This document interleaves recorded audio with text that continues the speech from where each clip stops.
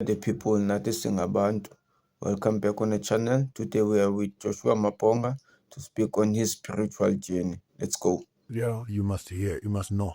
I'm not thumbs up. Yeah. I'm speaking from experience. Do you sometimes feel you had started this life earlier? No, and yes. Mm-hmm. No, in that at this age, the book life would have been frustrating. And I'm glad I started to learn how to read and write early.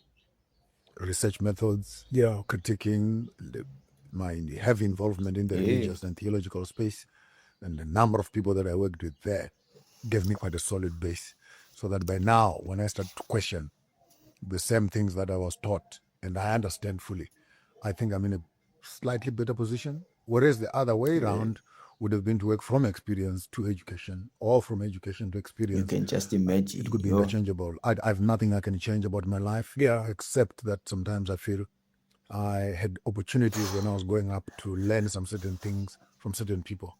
But because I was stereotyped, quite brainwashed, just think about heavily it, guys. indoctrinated, obsessed with religious dogma and theology, I would not even give an ear to certain people that came so close to telling me some certain things, but I wasn't there. They threw them to the wall, lambasted them, insulted them, and most likely said some derogative things and walked past.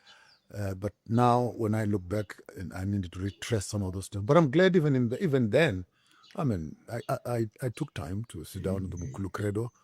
I drove from here, from Johannesburg. The Kuruma night when my heart said, when I was writing a book, actually going places in the spirit.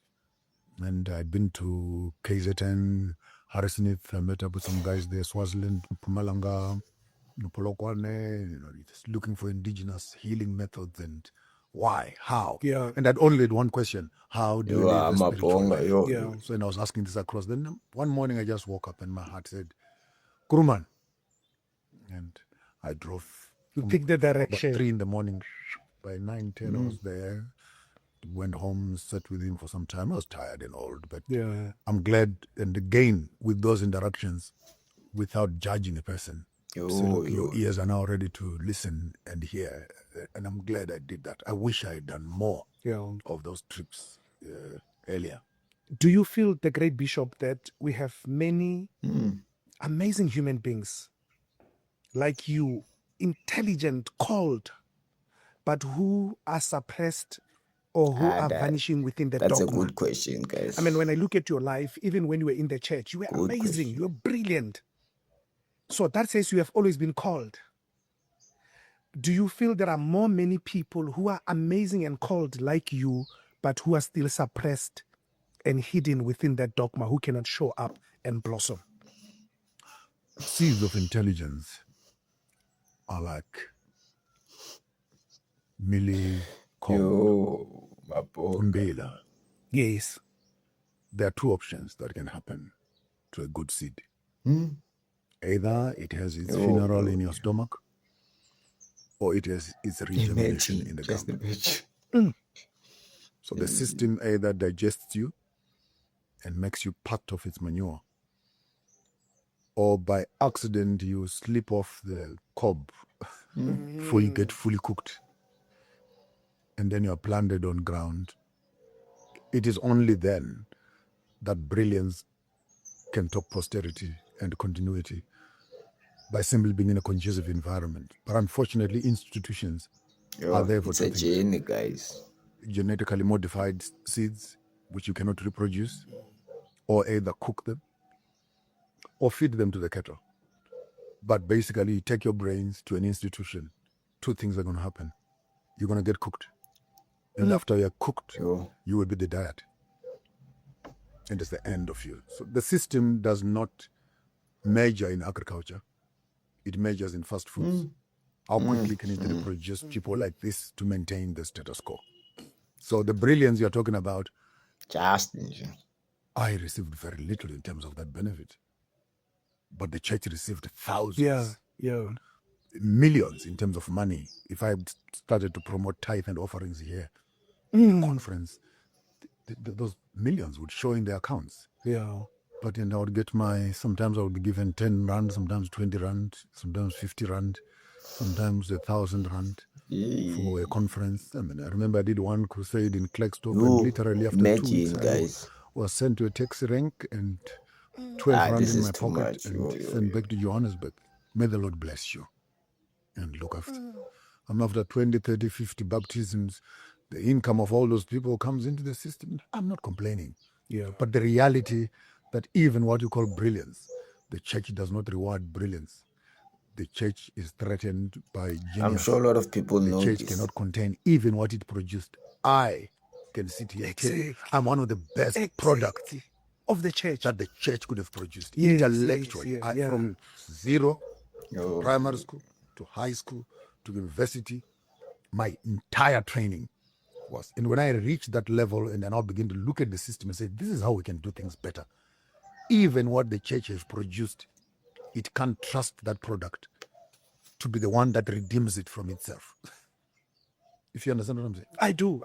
You become a threat to the very system that you love so much and wish that they could improve their youth programs, change their investment strategies, change their social development thing, remove some of those old traditional doctrines, and start incorporating African enculturation and etc. Look into the correct interpretation of biblical text. Yes. I could start going on a theological symposium. And when you begin to raise these things, and then you frustrate the very foundations. I mean, when I started asking about the white Jesus concept, people thought I was crazy. Now the whole social media is full of black Jesus, and I'm saying it's too late. You were lying all along. Yeah. So what makes you think that the people who feel sorry for you now that are beginning to even show a black Jesus? You're still not willing to change the concept of Jesus, that it's a fallacy and it's a lie. You are simply changing the packaging, but the lies still remain the same. I'm saying throw away that whole basket with the rubbish that it represents. But in your view, the great bishop, what is still keeping people there? You've got people who come to school, but when you say what you are saying now, they feel offended. They still want to defend the old system, to say this is an organized movement that we can use for the advancement of black people and Africans in general. The anger of the people is founded on 2 or 3 levels. The first level is what I call the psychological level, where someone tells you that you are not your father's child. Now, that statement on its own places your mother. In question. You places the father that you have known to be the one, and it puts a big question mark on. I'm sure mom is still okay, though there are lies here. You don't know what to do with this one that you've been calling father, and you don't know how to relate to this one who will now appear as the legitimate father.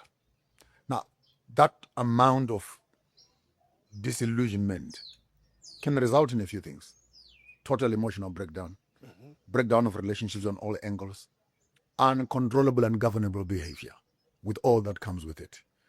And we are trying to reorganize your surname and etc. When identity is shaken, your foundation of truth shakes.